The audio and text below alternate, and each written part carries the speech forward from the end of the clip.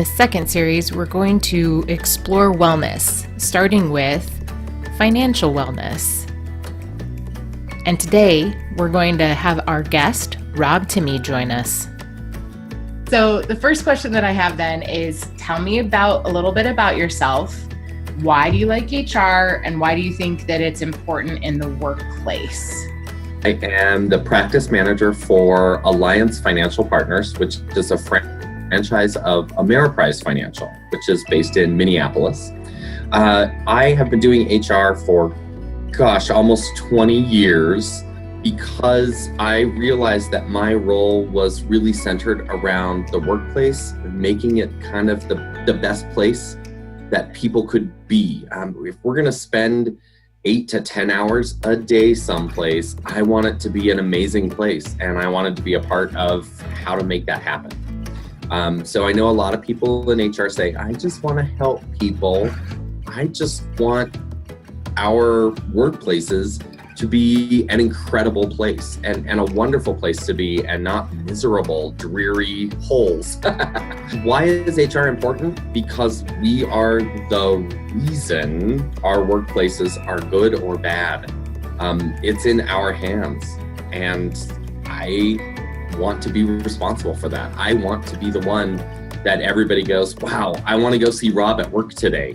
I think that's great. And I think that one of the things that we're trying to do is really help people who are doing HR, but maybe it isn't their passion, and understand still the importance behind doing it well. And so when you talk to people who love HR like you do, like I do, where it's a passion, it's really easy to see the importance of it. And it's not just hiring and firing, which most people kind of think that's what it is, right? Yeah. And it's a lot more than that. It's a lot more than that.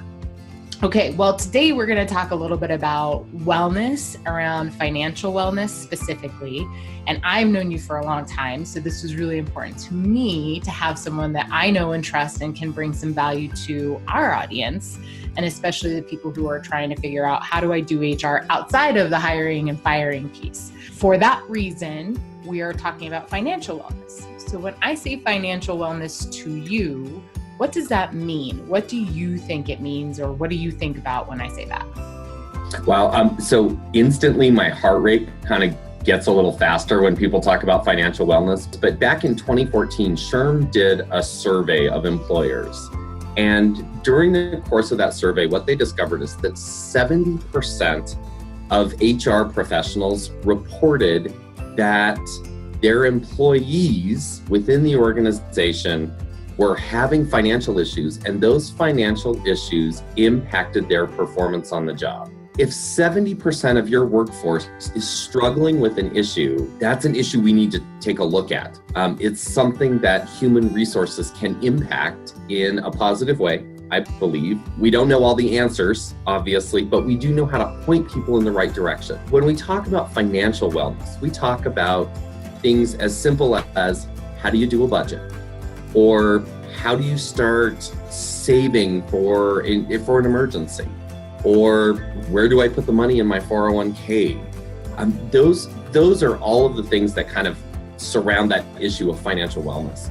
Basically, the idea is, if we can give our colleagues the tools they need to kind of manage some of that finance piece, then they're going to be better at their jobs, and our employers are going to be happier as well. I agree. And first, I didn't know that statistic, so I think that's crazy, but it makes sense. And we aren't taught to balance a checkbook or do a budget. I know when we've spoken before, you have mentioned that HR kind of steers clear of some of these financial conversations because of that 401k piece. I think a lot of us feel really nervous when people start asking about that. In the world of the 401k, most employers have a provider that they use. Provider is the one who manages all of the sub-investments in everybody's 401k. So when you sign up for your 401k, you get that list of accounts, and it says, how do you want to divvy up the money that you're putting in your 401k? And I don't know about you, but then everyone looks at the HR person and says, how should I divvy this up? In the world of human resources, we kind of are told, back off of that. You aren't qualified to actually make those decisions on behalf of the employee? Well, the good news is that the employment relationship is not generally considered a fiduciary relationship. And that's a big, scary word. A fiduciary is somebody who has a responsibility to act in your best interests as the employee, as the participant in a 401k. Every single one of those companies that manages those different 401ks wants to be involved. They don't know oftentimes how to ask for that access to the employee. So it's kind of our role as HR to facilitate that conversation. Here is our contact at our provider. Please reach out to them. They can help you with that. They're going to ask you some questions about what your goals are. How risky do you feel like being with this money? All those types of things so that they can really assist you in making the best choice. Oh, and by the way, they're legally obligated to do so in your best interest. A lot of smaller employers don't yet have that 401k world, right? So that's great when you've got that provider, but what do you do about the 78% of your employees, according to Prudential, that don't feel financially stable? They don't know how they're going to pay rent or buy gas or fill out a budget form or any of those things. Those are the folks that I worry about the most, at least in my role as human resources. Agree. So let's talk a little bit about that.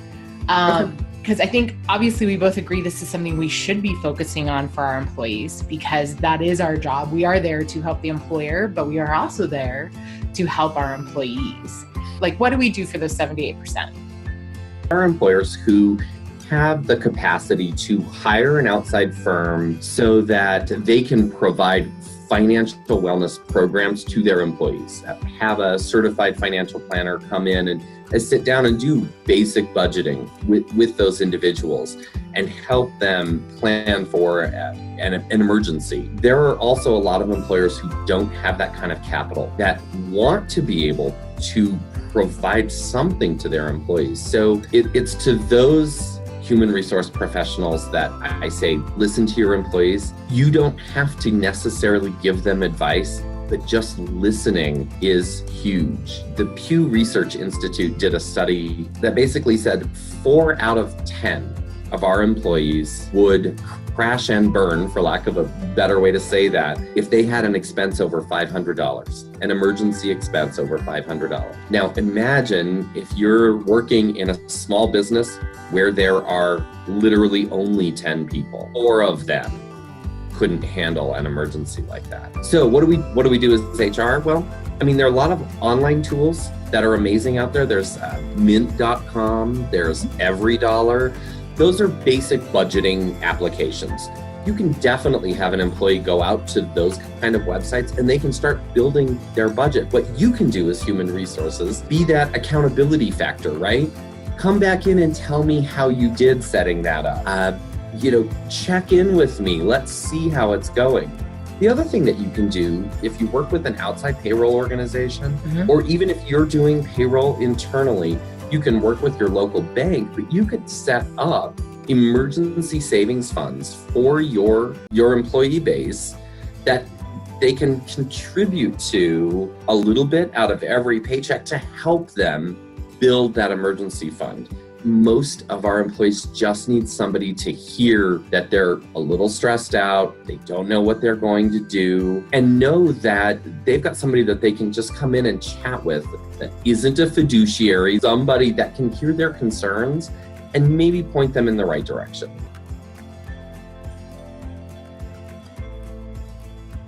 There is a company out there, it's called Commonwealth. And what Commonwealth does is it develops applications to help people figure out their finances. Games and different apps that you can play that help you figure out how to budget. Constantly developing applications to help the average person figure out how to manage their money. That's awesome. I'm going to take advantage of that too. Thank you, Rob. This was Financial Wellness in our Wellness series. If you like what you saw, give us a like or subscribe. Please share some comments and we'll be happy to put some video content together for you. Thanks again.